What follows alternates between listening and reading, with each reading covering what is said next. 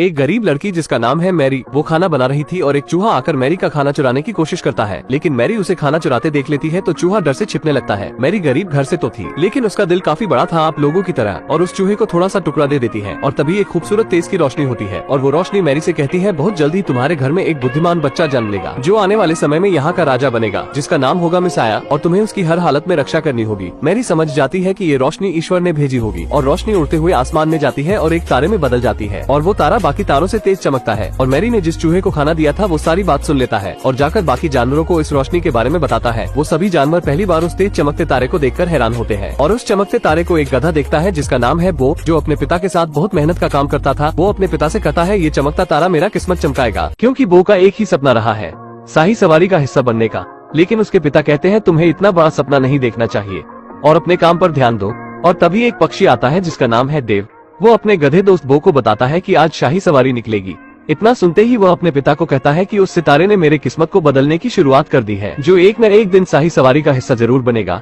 वो बाहर देखता है तो शाही सवारी वहाँ से निकल रही थी। वो बहुत तरकीबें भी निकालता है रस्सी से आजाद होने की। वो रस्सी से तो आजाद हो जाता है, लेकिन उस चक्की का हाल बहुत ही बुरा कर देता है और तभी उस चक्की का मालिक आ जाता है। वो चक्की का ऐसा हाल देखकर गुस्से में बो को मजबूती से बांध देता है। वो कहता है एक न एक दिन मैं यहाँ से आजाद होकर अपने सपने जरूर पूरा करूंगा।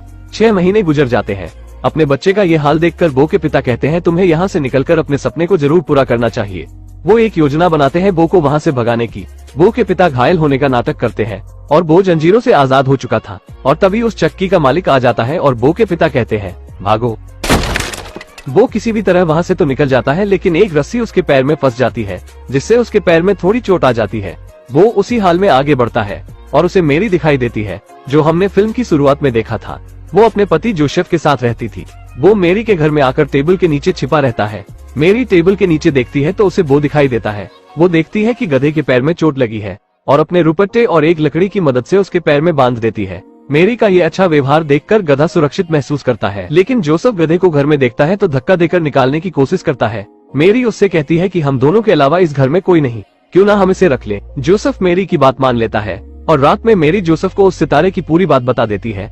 जोसेफ थोड़ा घबरा जाता है और सोचने समझने के बाद वो भी आने वाली परिस्थितियों का सामना करने के लिए तैयार हो जाता है। अगले सीन में वो भागने की कोशिश करता है, लेकिन उसका दोस्त देव बताता है अगर तुम अभी बाहर निकले तो तुम्हारा मालिक पकड़कर तुमसे चक्की पिसवाएगा और बताता है जब तक तुम्हारे पैर ठीक नहीं हो जाते तब तक तुम यहीं रुक जाओ। अगले सीन में हम 3 ऊंट और 3 वाइस मैन को देखते हैं। आप उन्हें ऋषि या ज्ञानी भी कह सकते हैं। वो तीनों ऋषि और तीनों ऊंट काफी उत्साहित होते हैं उस मैजिकल बच्चे से मिलने और उन्हें उपहार देने के लिए। जब वो राजा के महल पहुंचकर ये संदेश देते हैं तो राजा को लगता है ये सारे उपहार उसके लिए है, लेकिन वो तीनों ज्ञानी उन्हें बताते हैं कि ये सिर्फ मैजिकल बेबी के लिए है जो आगे चलकर यहाँ का राजा बनेगा और अभी तक उसका जन्म नहीं हुआ है। राजा इतना सुनते ही उन सभी को गिरफ्तार कर लेता है और अपना 2 खतरनाक सिपाही और 2 खतरनाक कुत्ते को उस मैजिकल बच्चे को पैदा होने से पहले ही मारने के लिए भेज देता है। फिर हम उसी चूहे को देखते हैं जिसे हमने फिल्म की शुरुआत में देखा था। वो अपने सभी दोस्तों को उस मैजिकल बेबी के बारे में बताता है और तभी वहाँ राजा के भेजे हुए शिकारी कुत्ते उस चूहे को पकड़कर सारी बात उगलवा लेते हैं कि मैजिकल बेबी कहाँ मिलेगा। पता चलते ही शिकारी कुत्ते मैरी के घर की ओर बढ़ते हैं। मैरी का पति गधे को अपनी गाड़ी में बांधने की बात करता है क्योंकि उन्हें अवैधलेन शहर की ओर जाना है, लेकिन वो ये शहर छोड़कर नहीं जाना चाहता क्योंकि वो अगर राजा से दूर हो गया तो शाही सवारी का हिस्सा नहीं बन पाएगा और वो दोनों पैदल ही निकल जाते हैं। और तभी मैरी के घर राजा के भेजे हुए शिकारी कुत्ते और सिपाही पहुंच जाते हैं। वो कबूतर से कहता है मेरी जान बचाओ, कुछ करके उनका ध्यान भटकाओ।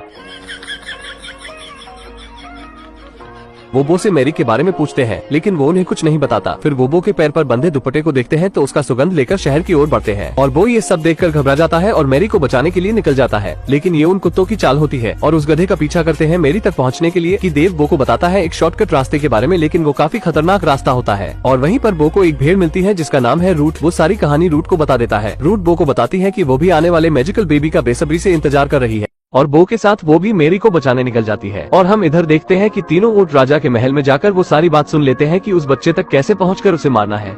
राजा उन तीनों ज्ञानी को रिहा कर देता है, ये बताकर कि अपने होने वाले राजा को ढूंढकर ये सारे उपहार दे दो जो तुम लोगों ने इतनी दूर से लाया है। लेकिन वो तीनों ऊंट समझ जाते हैं कि इनके जरिए वो मैजिकल बेबी के पास पहुंच जाएगा और उसे खत्म कर देगा। ये गधा अपनी मालकिन मैरी को शिकारी कुत्तों के बारे में अपनी भाषा में बताकर चेतावनी देता है, लेकिन उन दोनों को गधे की भाषा समझ में नहीं आती। लेकिन जब गधा पीछे देखता है तो शाही शिकारी कुत्ते उन्हें ढूंढते हुए बाजार में पहुंच चुके हैं। तभी वो मैरी का सॉल पकड़कर उसे आगे ले जाता है ताकि उसे इन शिकारी कुत्तों से छुपा सके। लेकिन वो शिकारी कुत्ते और शिकारी मैरी को देख लेते हैं, पर वो शिकारी अपने दोनों कुत्तों को एक जगह बांध देता है और मैरी को मारने के लिए आगे बढ़ता है। गधा और उसके सभी साथी देखते हैं कि ये खतरनाक शिकारी मैरी पर हमला करने आ रहा है, तो देव उसे रोकने के लिए पूरे जोश में जाता है। लेकिन देव आकर भेड़ से कहता है कि तुम जाकर उसे रोको। जब भेड़ उसे रोकने आती है तो शिकारी कहता है।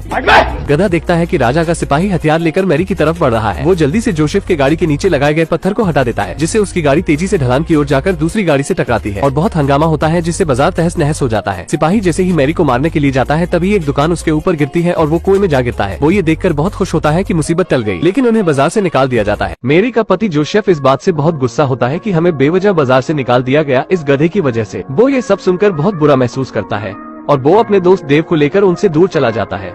मैरी जोसेफ को कहती है तुम्हें ऐसा नहीं करना चाहिए था, क्योंकि मैरी बो को अकेला नहीं छोड़ना चाहती। जो खतरनाक सिपाही कुएं में गिरा था वो बाहर आकर फिर से मैरी का पीछा करता है। बो और देव बहुत आगे आने के बाद देखते हैं कि सामने ही शाही सवारी है और तभी बो के पैर से मैरी का बंधा हुआ दुपट्टा का टुकड़ा उड़ जाता है। वो ये देखता है तो उसे मैरी की फिक्र होने लगती है और देव से कहता है मुझे मैरी के पास जाना होगा उसे बचाने। देव उससे कहता है हम तो मंजिल के करीब है, यही तो हमारा सपना था, और कहता है जहाँ तुम रहोगे वहाँ मैं भी रहूंगा। वो दोनों मैरी को ढूंढने फिर से निकल जाते हैं और दूसरी तरफ मैरी जिस गाड़ी में जा रही थी वो गाड़ी टूट जाती है, जिसकी वजह से जोसेफ को बहुत ज्यादा गुस्सा आता है और वो सारा गुस्सा मैरी पर निकालता है। मैरी को बहुत ही बुरा लगता है और वो अकेले ही आगे जाने लगती है और जोसेफ को भी काफी बुरा लगता है और तभी वो आ जाता है। वो जोसेफ को धक्का देता है कि तुम भी मैरी के साथ जाओ। वो भागते हुए मैरी के पास जाता है और उससे माफी मांगता है और ये भी कहता है कि आने वाली कोई भी मुसीबत हो हम मिलकर उसका सामना करेंगे।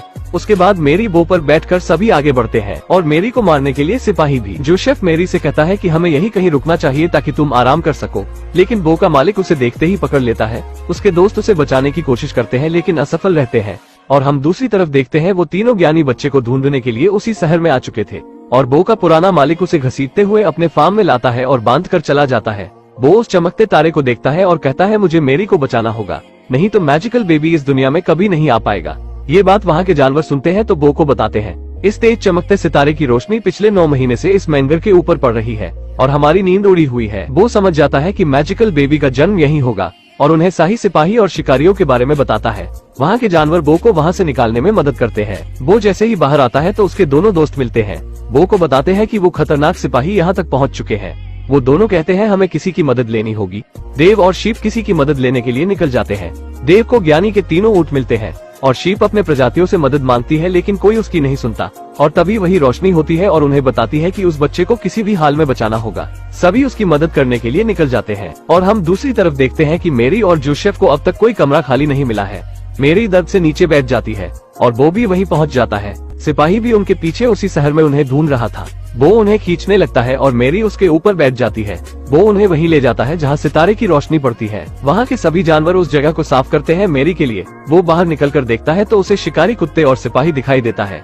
वो अकेले ही उनसे मुकाबला करता है। वो दोनों कुत्ते को तो मार देता है लेकिन सिपाही से लड़ नहीं पाता और तभी बहुत सारे शीप उस सिपाही पर हमला करते हैं और तभी वो तीनों ऊंट भी आ जाते हैं। उस सिपाही को ऐसा धक्का देते हैं कि उनकी चैन उसके पीछे अटक जाती है, जिससे वो घसीटते हुए तीनों शिकारी खाई की ओर लटक जाते हैं और वो दोनों शिकारी कुत्ते मदद की भीख मांगते हैं। सिपाही के पैर में कुत्तों की जंजीर फंसी होती है जिससे वजन ज्यादा रहता है। वो उन्हें निकालता है और नीचे की ओर फेंकता है लेकिन वो उन्हें बचा लेता है। सिपाही जब ऊपर आने के लिए तलवार धसाता है तो वो पूरी जगह ही टूट जाती है, जिससे वो नीचे खाई में गिरता है और उससे उसकी मौत हो जाती है। बो और बाकी जानवर उन कुत्तों की मदद करते हैं बचाने की और उन्हें पट्टे से भी आजाद कर देते हैं और उन कुत्तों को समझ आता है कि वो खुद बहुत गलत कर रहे थे। उसके बाद सभी जानवर उस फार्म में जाते हैं। वो देखते हैं कि मैजिकल बेबी ने जन्म ले लिया है और वो दोनों कुत्ते भी उस बच्चे को देखने आते हैं। वो उन्हें मिलवाता है मैजिकल बेबी से और तभी वो तीनों ज्ञानी वहीं पहुंच जाते हैं और उस बच्चे के आगे उसका उपहार रख देते हैं। वो तीनों ज्ञानी बताते हैं कि आने वाले समय में यही बच्चा इस जहां का राजा बनेगा और उसके माता पिता के अलावा सभी उस बच्चे के आगे अपना सर झुकाते हैं क्योंकि यही उनका कल का राजा है। वो वहाँ से जाने लगता है लेकिन मैरी उसे रोक लेती है और साथ रहने को कहती है और यहीं पर यह मूवी खत्म हो जाती है।